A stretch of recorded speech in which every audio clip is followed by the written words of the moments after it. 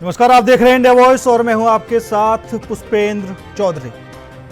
America खुद को दुनिया का चौधरी मानता है, बात बात पर सबको टैरिफ की धमकी देता है। मगर भारत पहले वाला भारत नहीं, यह नया भारत है। चुपचाप रहता नहीं, जब कोई देश आंख उठाता है तो उसका मुंह तोड़ जवाब भी दिया जाता है। ट्रंप की टैरिफ धमकी पर भी भारत ने कुछ ऐसा ही किया है। अमेरिकी राष्ट्रपति डोनाल्ड ट्रंप की टैरिफ धमकी पर भारत ने अब तक का सबसे बड़ा जवाब दिया है। विदेश मंत्रालय ने न केवल जवाब दिया बल्कि अमेरिका और ईयू का धागा खोल दिया और कहा कि खुद करो तो ठीक, दूसरा करे तो गलत। अमेरिका के डबल स्टैंडर्ड पर विदेश मंत्रालय ने साफ लहजे में कहा कि वो देश हमें क्या नसीहत देंगे जो खुद रूस से अरबों डॉलर का कारोबार कर रहे हैं। मंत्रालय ने साफ कहा कि भारत को निशाना बनाना अनुचित और तर्कहीन है। भारत अपने राष्ट्रीय हितों और आर्थिक सुरक्षा के लिए सभी जरूरी कदम उठाएगा। इतना ही नहीं, खुद जयशंकर ने भी अच्छे से सुना दिया और कहा कि दबदबे वाली व्यवस्था नहीं चलेगी। भारत अब किसी की दादागिरी नहीं मानने वाला। वहीं रूसी विदेश मंत्रालय की प्रवक्ता मारिया जखारोवा ने भी अमेरिका को अच्छे से सुनाया। उन्होंने कहा कि अमेरिका उभरती बहुध्रुवीय अंतर्राष्ट्रीय व्यवस्था में अपने घटते दबदबे को स्वीकार नहीं कर पा रहा है। कोई भी टैरिफ, युद्ध या प्रतिबंध इसको नहीं रोक सकता। अब ट्रंप का ना तो दबदबा चलेगा, ना दादागिरी। ट्रंप ने भारत को धमकी दी थी 25% टैरिफ लगाने की, और अब ट्रंप ने उस टैरिफ के समझौते पर हस्ताक्षर भी कर दिए हैं। 25% टैरिफ और 25% जुर्माना भारत पर डोनाल्ड ट्रंप ने लगा दिया है।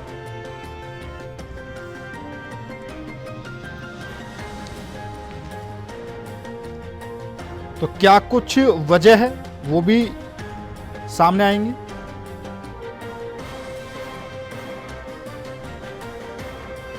अमेरिकी राष्ट्रपति डोनाल्ड ट्रंप ने कहा था कि वे भारत पर 24 घंटे के भीतर ज्यादा टैरिफ लगाएंगे। ट्रंप ने मंगलवार को ये सब बातें कही थी। भारत के टैरिफ दुनिया में सबसे ज्यादा हैं और यह बात लोग खुलकर नहीं कहते हैं। ट्रंप का कहना है कि भारत अमेरिका से बहुत ज्यादा व्यापार करता है, लेकिन अमेरिका को भारत से उतना फायदा नहीं मिलता। इसलिए उन्होंने भारत पर 25% टैरिफ लगाने का फैसला किया, जो अब फिलहाल उन्होंने 50% टैरिफ लगा दिया है। उन्होंने कहा कि अमेरिका और भारत के बीच व्यापार संतुलन नहीं है और भारत रूस के साथ व्यापार करके यूक्रेन के खिलाफ रूसी वॉर मशीन को ईंधन देने का काम कर रहा है। इस वजह से अमेरिका को सख्त कदम उठाने की जरूरत है। यूक्रेन युद्ध से पहले भारत रूस से सिर्फ 0.2% तेल इंपोर्ट करता था। मई 2023 तक यह बढ़कर 45% तक हो गया, यानी कि 20 लाख बैरल प्रतिदिन। जबकि 2025 में जनवरी से जुलाई तक भारत हर दिन रूस से 17.8 लाख बैरल तेल खरीद रहा है। पिछले 2 साल से भारत ने हर साल 130 अरब डॉलर से ज़्यादा का रूसी तेल खरीदा है। भारत का रूसी तेल खरीदना दोनों देशों के लिए फायदेमंद रहा है। रूस अपना क्रूड ऑयल यूरोपीय यूनियन की तरफ से तय $60 प्रति बैरल की कीमत पर बेचता था, लेकिन 2022 में यूक्रेन वॉर के बाद से भारत इसे छूट पर खरीदता है। इसके बाद भारतीय रिफाइनरी कंपनियां इसे प्रोसेस करके यूरोप और अन्य देशों में बेच देती हैं। इसके साथ भारत को अपनी घरेलू ज़रूरतों के लिए भी सस्ता तेल मिल जाता है। इससे पहले ट्रंप ने सोमवार को भी भारत पर और ज़्यादा टैरिफ लगाने की धमकी दी थी, जिसके बाद भारत ने पहली बार अमेरिका का नाम लेकर खुलकर जवाब दिया। डोनाल्ड ट्रंप ने सोमवार को सोशल मीडिया पर लिखा था कि भारत को परवाह नहीं है कि रूस के हमले में कितने लोग मारे जा रहे हैं, इसलिए मैं भारत पर टैरिफ को बढ़ाने जा रहा हूं। इसके जवाब में भारत ने रूस से अमेरिका और यूरोपीय यूनियन को होने वाले निर्यात का आंकड़ा जारी कर कहा, अमेरिका अपने न्यूक्लियर इंडस्ट्री के लिए रूस से uranium, hexafluoride, electric vehicle, industry के लिए पैलेडियम, फर्टिलाइजर और केमिकल का इंपोर्ट जारी रखे हुए है। यही हाल ईयू का है। ऐसे में भारत को निशाना बनाना अनुचित और तर्कहीन है। विदेश मंत्रालय के प्रवक्ता रणधीर जायसवाल ने कहा कि भारत को निशाना बनाना गलत है। हम अपने राष्ट्रीय हितों के लिए हर जरूरी कदम उठाएंगे। इसके अलावा विदेश मंत्री जयशंकर ने भी एक कार्यक्रम में कहा कि दुनिया की व्यवस्था में अब किसी का दबदबा नहीं चलेगा।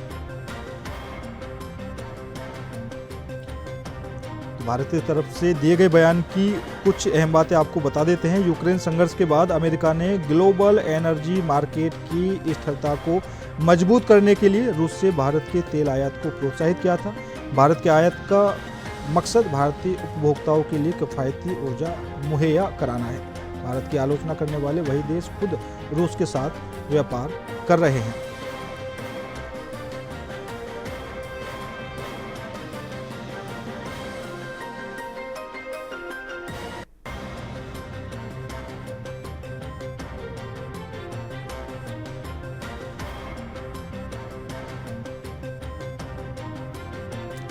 तो फिलहाल ट्रंप ने भारत पर 50% टैरिफ लगा दिया है। रूस से तेल खरीदने को लेकर नाराजगी जाहिर की।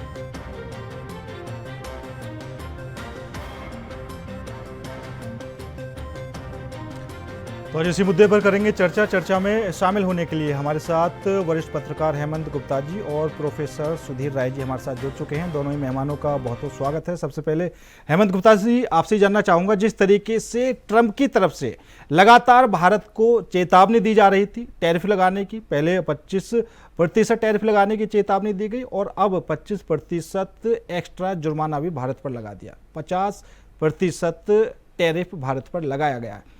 क्या कुछ वजह है और इसका क्या कुछ प्रभाव फिलहाल पड़ सकता है? देखिए, वैश्विक तौर पर अगर आप देखेंगे तो जो बाइडेन के टाइम में यही अमेरिका जो था साल 2022 में क्या कहा था कि भारत जितना चाहे उतना रूसी तेल खरीदना जारी रख सकता है। अब यही डोनाल्ड ट्रंप उसके खिलाफ बोल रहे हैं।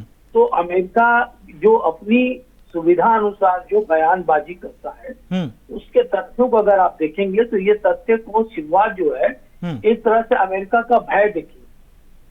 जब भारत ने पहली बार ब्रह्मोस मिसाइल का प्रयोग पाकिस्तान में किया तो उससे पूरी दुनिया को ये समझ में आना चाहिए कि पाकिस्तान के पास कुछ ऐसे स्टेप अमेरिका के जो भारत नष्ट कर सकता था। तो वहां पर भारत के उस ब्रह्मोस को लेकर के अमेरिका को इतनी चीड़ लगी कि उन्होंने जल्दी से भारत को इस मैटर को आगे बढ़ रहा है, वो इस पर कुछ करना चाहता है, इसलिए उसने पाकिस्तान को सजेशन दिया कि उसको रुकवा और डीआरडीओ से बात हुई। तो एक संदेश इधर गई। दूसरा, अब यही अमेरिका कह रहा है कि भारत जो रूस से तेल खरीद रहा है और हमें बड़े मूल्य में बेच रहा है, इससे क्या हो रहा है कि रूस और भारत को फायदा तो हो रहा है, लेकिन यूक्रेन के जो सैनिक मारे जा रहे हैं उसमें भारत को वो एक जिम्मेदार ठहराना है, जो कि वैश्विक रीति से देखा जाए तो ये कूटनीति का हिस्सा हो ही नहीं सकता। जबकि यही बात भारत के पूर्व अमेरिकी राष्ट्रपति जो थे एरिक डर्सन, उन्होंने अपना बयान क्या दिया जिसके चलते सोशल मीडिया में बहुत बवाल हो रही। उन्होंने कहा 2024 में भारत ने रूस से तेल खरीदा क्योंकि वो अमेरिका चाहता था कि तय सीमा तक रूस से खरीदे। यह किसी प्रकार का उल्लंघन नहीं था, यह एक नीति का हिस्सा था। आप बताइए, जरा सोचने वाली बात है।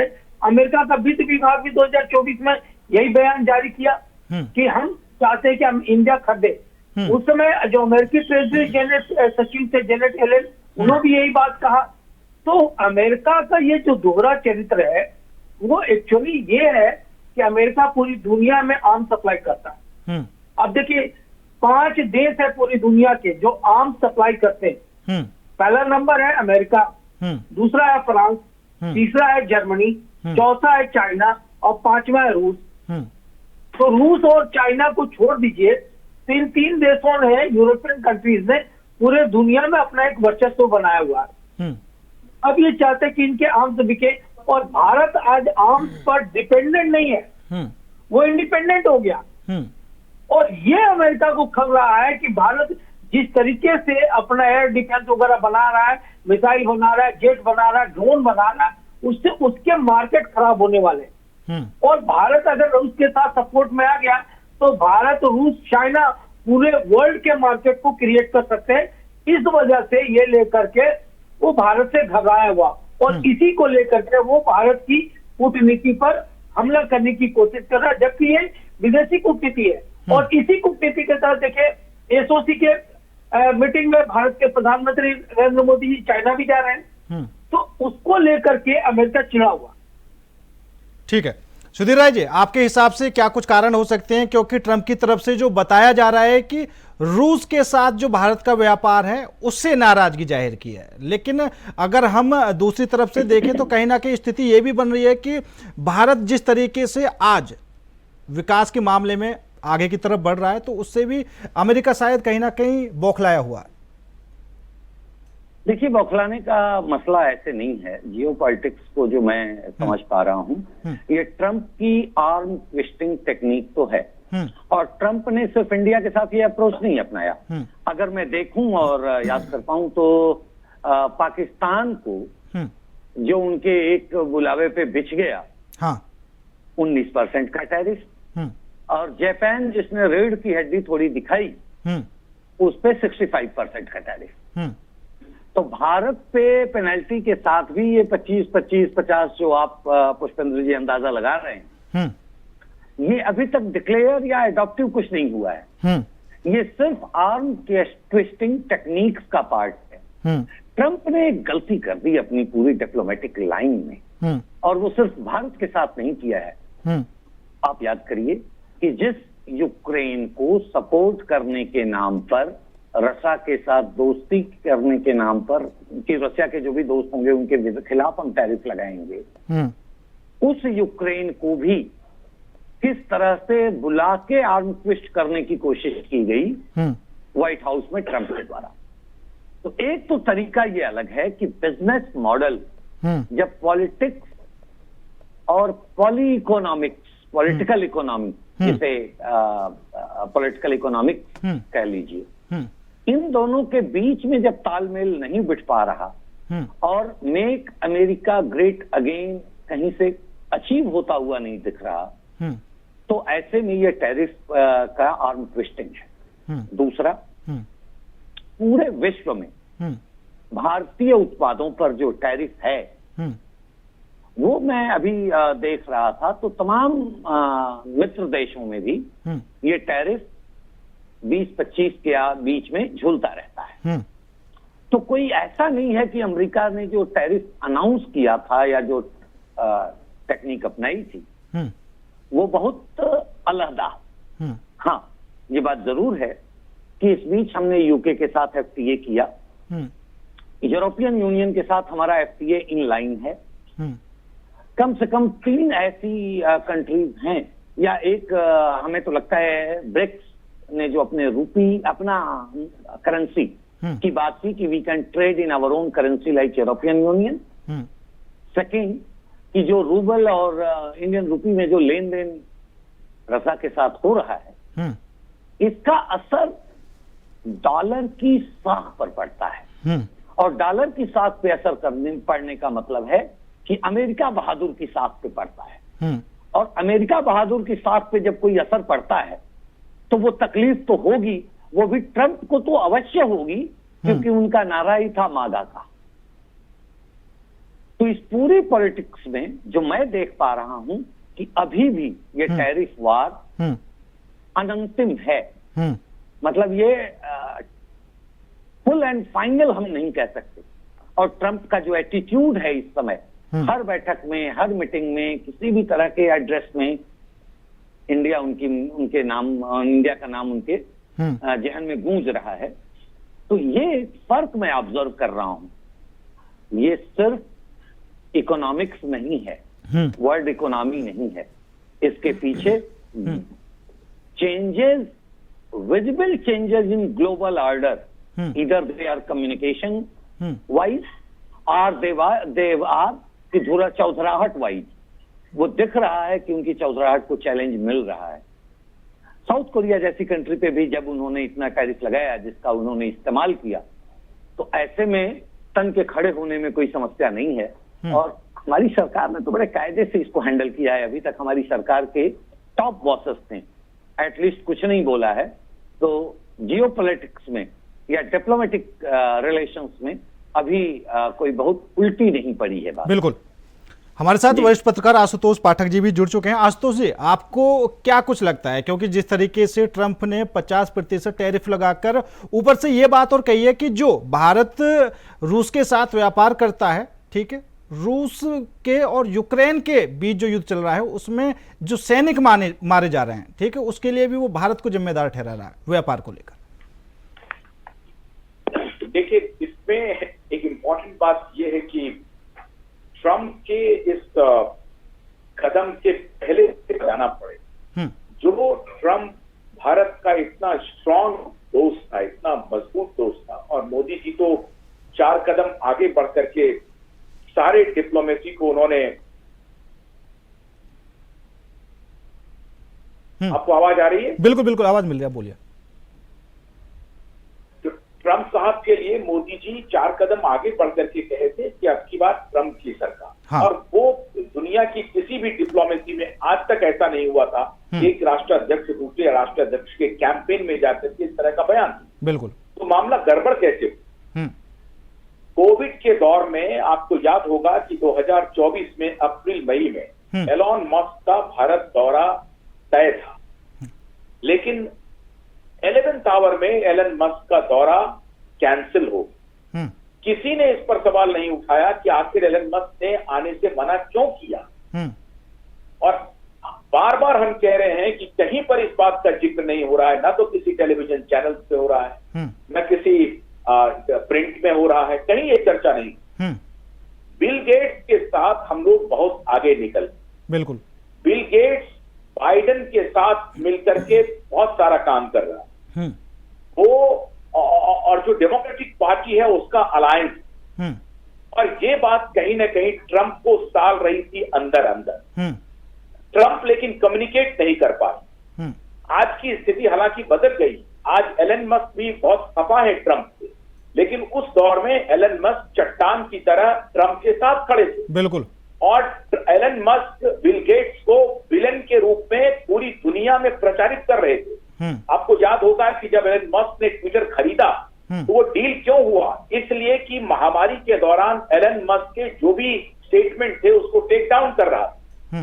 तो ट्रंप और एलन मस्क एक ही बोट पर सवार थे महामारी के दौरान। महामारी के बारे में इन दोनों का कहना था कि इन्वेस्टिगेशन होना चाहिए, लेकिन इधर बिल गेट्स और बाइडेन मिलकर के उस सारी चीजों को दबा रहे थे। और हम टू फार हो गए, हमने अपना संबंध ज्यादा बनाया, वहीं से संबंध बिगड़ा। और इसकी चर्चा किसी मीडिया में आपको देखने को नहीं मिलेगी। लोग इस पर चर्चा नहीं करना चाहते। मैं हैरान हूं क्यों नहीं चर्चा करना चाहते। मैं बार बार मैंने अपने कई शोज के माध्यम से प्रधानमंत्री को यह संदेशा भेजा, बताने की कोशिश की। अब शायद प्रधानमंत्री को यह लग रहा है कि आज देखिए कितनी बड़ी बात है कि पाकिस्तान जैसे रोग स्टेट में आज मुनीर के साथ वो क्रिप्टो करेंसी पर वो डील कर रहे हैं, वहां सौदा करना चाहते हैं। वो मुनीर को बुला करके लंच करवा रहे हैं, डिनर करवा रहे हैं। इससे विभक्त आज तक भारत और अमेरिका के बीच में इससे घटिया रिलेशन कभी रहा नहीं। और इसकी शुरुआत अप्रैल मई 2024 में हो चुकी थी।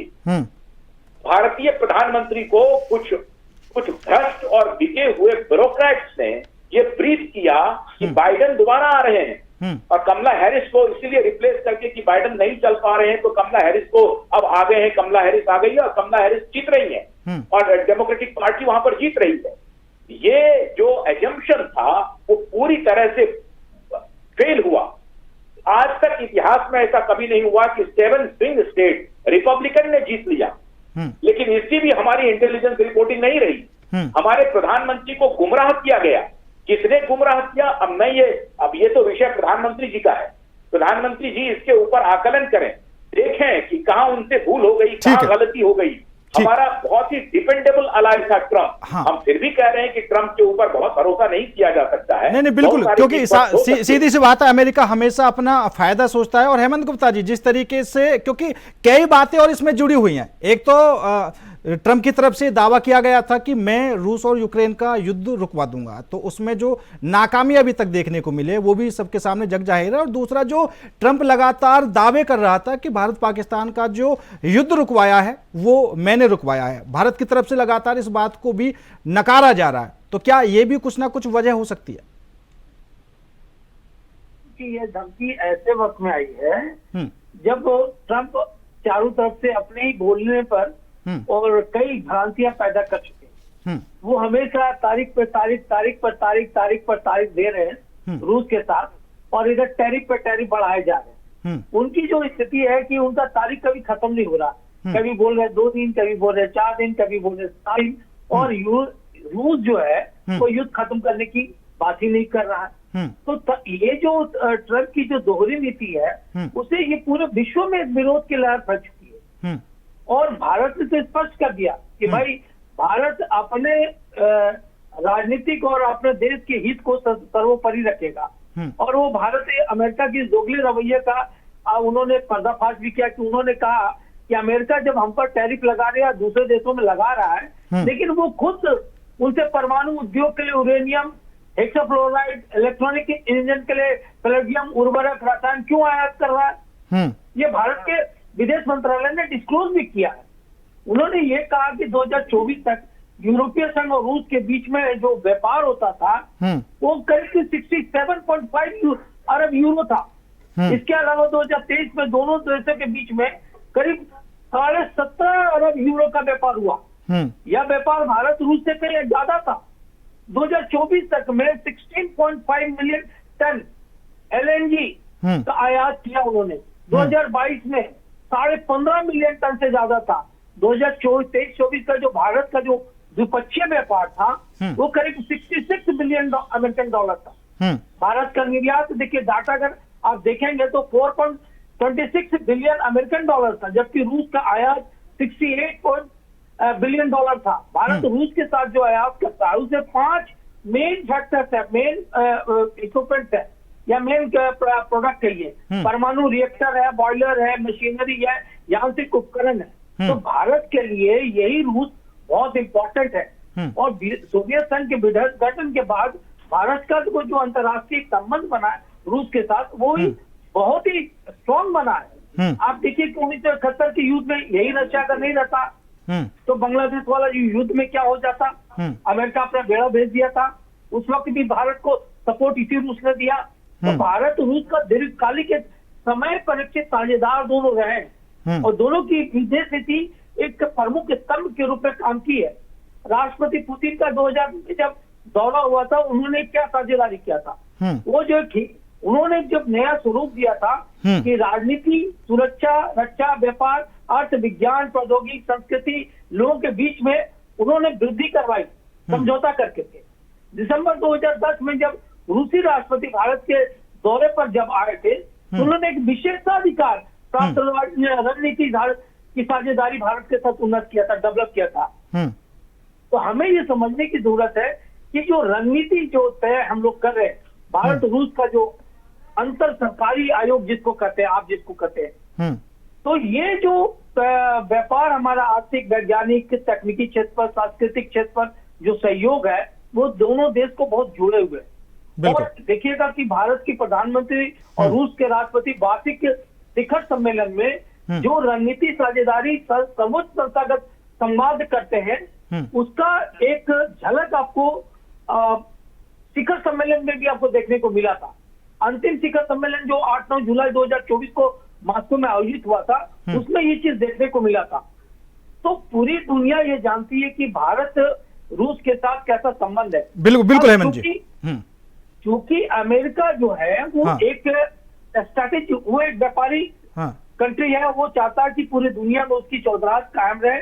क्योंकि अब उसकी चौधराहट जा रही है, कोई देश उसको उस तरीके से वैल्यू नहीं दे रहा जो पहले देते थे। हाँ बिल्कुल, अब फिलहाल की स्थिति में ऐसा लग रहा है कि बस वो एक दिखावा कर रहे हैं, हालांकि जो और देश हैं वो समझदार हो चुके हैं और जो उनकी बातें हैं उससे बिल्कुल भी उस पर डिपेंड नहीं है। सुधीर राय जी, क्योंकि अप्रैल में भी अमेरिका की तरफ से एक जी, वो ट्रम्प जी के खिसियाने का एक कारण और भी है कि हमारे विदेश मंत्री ने भी और हमारे प्रधानमंत्री जी ने भी कहा कि कोई फोन नहीं आया था भारत और पाकिस्तान के युद्ध को, जो ऑपरेशन सिंदूर था उसको रोकने के लिए। इससे भी ट्रम्प छिड़े हुए हैं। और चूंकि भारत में ट्रम्प को इतना बोलने का अधिकार इसलिए हुआ कि हमारे जो विपक्ष के नेता है राहुल गांधी, वो ट्रम्प की बातों पर भारत के इकोनॉमी को डेड बता रहे हैं।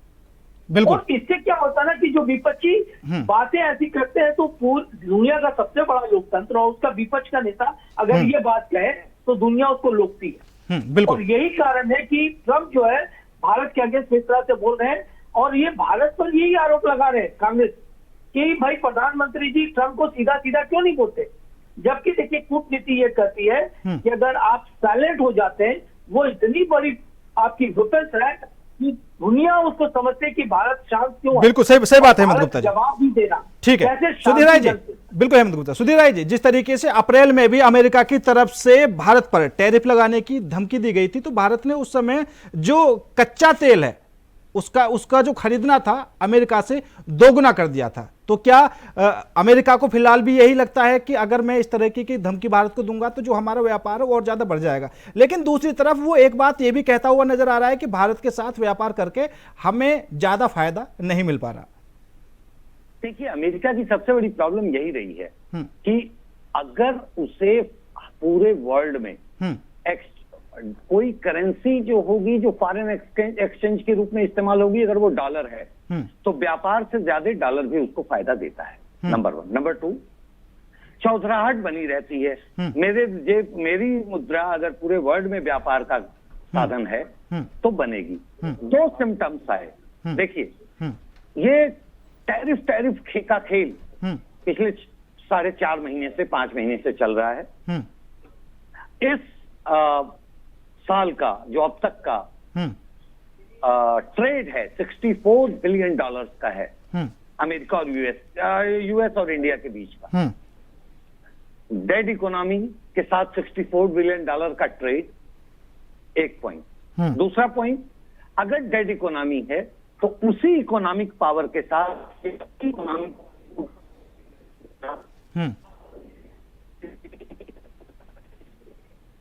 सुधीर जी, आपकी आवाज नहीं मिल पा रही है। हेलो, हाँ बोलिए। हाँ, तो मैं कह रहा था कि नहीं सुधीर जी, आपकी आवाज में थोड़ी तकनीकी समस्या आ रही है। आशुतोष पाठक जी, क्योंकि जिस तरीके से पिछले कुछ दिनों से देखा जा रहा था, उधर रूस और यूक्रेन का भी युद्ध चलने से लगा हुआ था, ईरान और इजराइल का भी युद्ध चलने से लगा हुआ था, लेकिन हर जगह जो चौधरी बनने की आदत है अमेरिका की, वो बीच में कहीं ना कहीं पैर घुसाने की हर जगह कोशिश करने से लगा हुआ था अपने निजी फायदे के लिए, क्योंकि उधर उसको ईरान में भी जो तेल है वो भी नजर आ रहा था। अब यही सारी चीजें देखते हुए, क्योंकि इसको लेकर सुधीर राय जी ने भी काफी बातें कही हैं कि जो अमेरिका है वो चौधरी बनने की कोशिश करता है, तो क्या अब भारत अमेरिका को ज्यादा तवज्जो देगा या फिर नहीं? बिल्कुल, देखिए, अमेरिका तो हमेशा से ये कोशिश करता ही रहा है, लेकिन भारत के सिलसिले में कोई इतिहास ये नया नहीं है। हाँ, इंदिरा जी के जमाने से ये चलता है। बताने की दोहराने की जरूरत नहीं है कि 71 में निक्सन ने क्या किया और फिर क्लिंटन ने वाजपेयी जी के साथ क्या किया और अब ये क्या कर रहे हैं। लेकिन अब के पहले तक वो डेमोक्रेटिक पार्टी और लेकिन रिपब्लिकन पार्टी का भी इतिहास इस तरह का नहीं है। वो हमेशा जब भी वो पावर में आते हैं वो चौधरी बनने की कोशिश करते हैं। लोग ये समझ रहे हैं कि ट्रम्प एक पागल आदमी है या मूडी आदमी है, जब आता है मन में वो बोल देता है। ये एक पक्ष है, लेकिन ऐसा नहीं है। अमेरिका की अपनी डिप्लोमेसी है, उसके पीछे पूरा शासन है। कोई भी स्टेटमेंट अगर कोई राष्ट्रपति देता है, उनको मालूम है कि एशिया में वो भारत को लूज कर रहा है और दोस्ती किससे बना रहा है, तो पाकिस्तान से दोस्ती बना रहा है। तो वो देख रहा है कि पाकिस्तान अब खत्म हो चुका है, तबाह हो चुका है। पाकिस्तान को हम जो कहेंगे वो करेगा, तो उसे एशियन कॉन्टिनेंट में एक ऐसा प्यादा चाहिए जहां पर वो अपना पैर जमा। लेकिन इतना ही चाहिए। हाँ आशुतोष पाठक जी, अगर हम ये देखें, क्योंकि दूसरी तरफ जो पाकिस्तान है वो कहीं ना कहीं चीन के नीचे भी दबा हुआ है, ठीक है, तो क्या चीन को बुरा नहीं लगेगा इस बात का अगर पाकिस्तान अमेरिका का साथ देता है, उसकी बातें मानता है? बिल्कुल बुरा लगेगा, लेकिन चाइना अब वॉर जोन में जाने के लिए तैयार नहीं। चाइना एक बिजनेस कंट्री के रूप में हो गया, व्यापारिक कंट्री बन गया है। ये जो गलतफहमी है कि सुपर पावर हो रहा है चाइना, वो अब कोई मिलिट्री वॉर में डायरेक्ट नहीं जाए। अब अमेरिका में 36-37% के आसपास उनकी भागीदारी है। भारत में कितना बड़ा इन्वेस्टमेंट है चाइना का, ये सबको मालूम है। तो अब चाइना ये चाहता है कि भारत के साथ उनका मेलजोल बढ़े और दो प्राचीन सभ्यता नजदीक आए। पिछले 77 वर्षों में एक खास तरह का नैरेटिव भी रहा चाइना के खिलाफ भारत को खड़ा किए रखते, और ये बहुत बड़े गेम प्लान का हिस्सा जिसकी कीमत भारत को चुकानी पड़ी। और भारत बहुत ही डिप्लोमेटिकली अपने को इस पोजीशन में कभी नहीं रखा। वो ये रहा कि चाइना को वो डिपेंडेबल अलाई नहीं मानता है, और एक डेमोक्रेटिक कंट्री होने के नाते अमेरिका को वो एक स्वाभाविक अपना पार्टनर मानता है। लेकिन अब भारत को चाइना की तरफ थोड़ा सा अपनी डिप्लोमेसी में परिवर्तन करना पड़ेगा। क्यों? रशिया इनके साथ खड़ा है, और रशिया एक डिपेंडेबल अलाई रहा है फ्रॉम वेरी इंसेप्शन। कभी भी रशिया ने भारत को उस तरह से धोखा नहीं दिया है। बिल्कुल। और इसीलिए आप देखिए कि रशिया के साथ भारत के अच्छे संबंध हैं, और चाइना के साथ उस तरह से दुश्मनी भी नहीं। अभी जो वॉर हुआ है भारत पाकिस्तान के बीच में भी, तो चाइना ऑलमोस्ट साइलेंट ही रहा है। वो अपना आर्म्स तो पाकिस्तान को देता ही रहा है, अगर उसको आप छोड़ दें तो चुप ही रहा है। बलूचिस्तान के मुद्दे पर भी वो एक प्रकार से शांति ही है, और वो चाह रहा है कि अमेरिका, भारत और चाइना तीनों इस मुद्दे पर बात करें। लेकिन बलूचिस्तान में अमेरिका की दिलचस्पी है। एक और फैक्टर हम लोग भूल रहे हैं, अभी अमेरिका में जो इंटरनल पॉलिटिक्स है वो भी अपने उफान पर है। अभी एप्सिन फाइल 7 दिन पहले एप्सिन फाइल को अब पब्लिक करने के लिए पूरा दबाव पड़ गया है। पहले बैक ट्रैक हो गए थे डोनाल्ड ट्रंप साहब, क्योंकि डोनाल्ड ट्रंप को जो अभी के अटॉर्नी जनरल है मिस्टर बॉन्डी, उन्होंने कहा कि साहब आपका भी नाम है एप्सिन फाइल में, तो अगर एप्सिन फाइल खुलेगा तो न सिर्फ बिल क्लिंटन और हिलेरी क्लिंटन और बड़े बड़े लोग, गेट्स वगैरह सब इसमें फंसेंगे, आप भी फंसेंगे, क्योंकि आपका भी फोटोग्राफ है। अब 300 गीगाबाइट का पूरा डिजिटल एविडेंस है। एप्सिन फाइल आपको मालूम होगा, जेफरी एप्सिन के बारे में ये बात हो रही है, रैकेट का सबसे बड़ा केंद्र था। अब वो खत्म भी, मर भी चुके हैं जेफरी एप्सिन। तो एप्सिन फाइल को खोलने के लिए इलेक्शन के दौरान ट्रंप साहब ने कहा था कि जब हम पावर में आएंगे तो एप्सिन फाइल खोलेंगे, क्योंकि इनको लग रहा था कि डेमोक्रेट के बहुत सारे लोग उसमें फंसेंगे और दुनिया के बड़े बड़े कॉर्पोरेट उसमें फंसने वाले हैं। लेकिन अब जब इनको अभी के अटॉर्नी जनरल ने इनको सलाह दी कि साहब आपका भी नाम उसमें है, तो ये बैक ट्रैक कर रहे थे, और वो एक बोन ऑफ कंटेंशन बना जब एलन मस्क ने कहा कि अगर आप जेफरी एप्सिन के फाइल को पब्लिक नहीं करेंगे तो हम आपसे दूर चले जाते। और वहीं से एलन मस्क और डोनाल्ड ट्रंप के बीच में खटास आई, दूरी बढ़ी। और अभी एलन मस्क नहीं चाहते हैं कि भारत के साथ समझो इस तरह का व्यवहार हो, व्यापारिक संबंध इस तरह से टूट जाए, कभी नहीं चाहेंगे Elon Musk. Elon Musk heavily penetrate करना चाहते हैं इंडिया में, लेकिन दिक्कत यहाँ के गवर्नेंस को लेकर के है। ये एलन मस्क भी समझ रहे हैं, और जिस तरफ मैं इशारा कर रहा हूं उसको समझिए।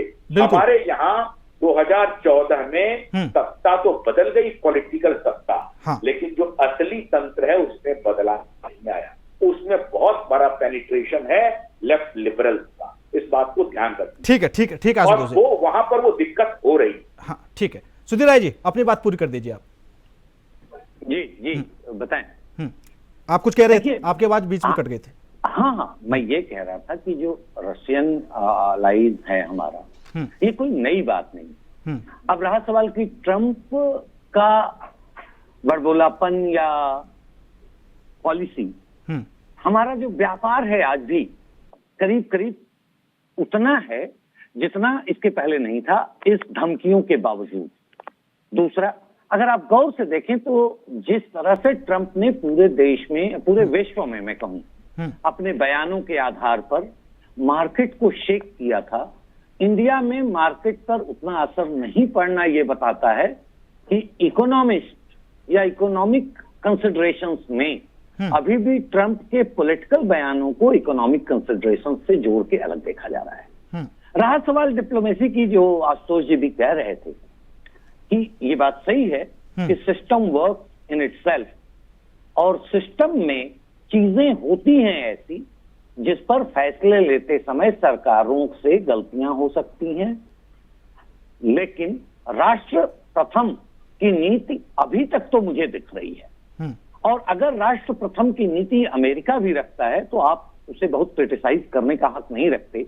अगर इंडिया को हक है कि हम अपने राष्ट्रीय हितों का ख्याल रखकर व्यापार रसा से करें या जिससे मर्जी आए उससे करें, तो अमेरिका को भी ये हक देंगे आप कि वो जैसे चाहे अपने व्यापार को नियंत्रित करने के लिए टैरिफ लगाए। ये दोनों बातें एक साथ नहीं हो सकती। दूसरा कि डिप्लोमेसी कभी भी तराजू पे तौल के नहीं होती कि one is my ally and another is my enemy. My allies are my allies and my enemies are also they also can be our allies depending on the situation. और अगर इसे और गंभीरता से देखेंगे तो चाइना के साथ हमारा अलाइनमेंट बहुत सही नहीं रहा, डिप्लोमेटिक अलाइनमेंट। तब भी चाइना गाहे बगाहे तमाम मुद्दों पर भारत के साथ खड़ा रहा। बैक चैनल डिप्लोमेसी भी लगातार चलती रहती है और व्यापार अलग चलता रहता है। गलती से इस समय ट्रंप के बयानों के बाद हम डिप्लोमेसी, व्यापार और बैक चैनल डिप्लोमेसी तीनों को मिक्स करके देख रहे हैं। जो तीर का लक्ष्य है बेसिकली वो बैक चैनल डिप्लोमेसी का पार्ट है। और जो आपने अभी आशुतोष जी ने इस बात का जिक्र किया था कि पाकिस्तान में क्रिप्टो करेंसी के साथ डील की जा रही है, वो क्रिप्टो करेंसी के बिजनेस शेयर्स किसके पास हैं, अगर गौर से आप उसकी स्टडी करेंगे तो कॉन्फ्लिक्ट ऑफ इंटरेस्ट तक ये बात जाती है। व्यापार के कॉन्फ्लिक्ट ऑफ इंटरेस्ट दो देशों की डिप्लोमेसी को नहीं नियंत्रित करने चाहिए, जबकि दुर्भाग्य से इस समय अमेरिका की डिप्लोमेसी कॉन्फ्लिक्ट ऑफ इंटरेस्ट के साथ नियंत्रित होती दिख रही है, जिस पर उसके साथ खड़ा होने वाला हरदम दुखी रहेगा या सही दिशा में नहीं जाएगा। भारत साथ न खड़ा होकर सही निर्णय ही ले रहा है मेरी समझ से।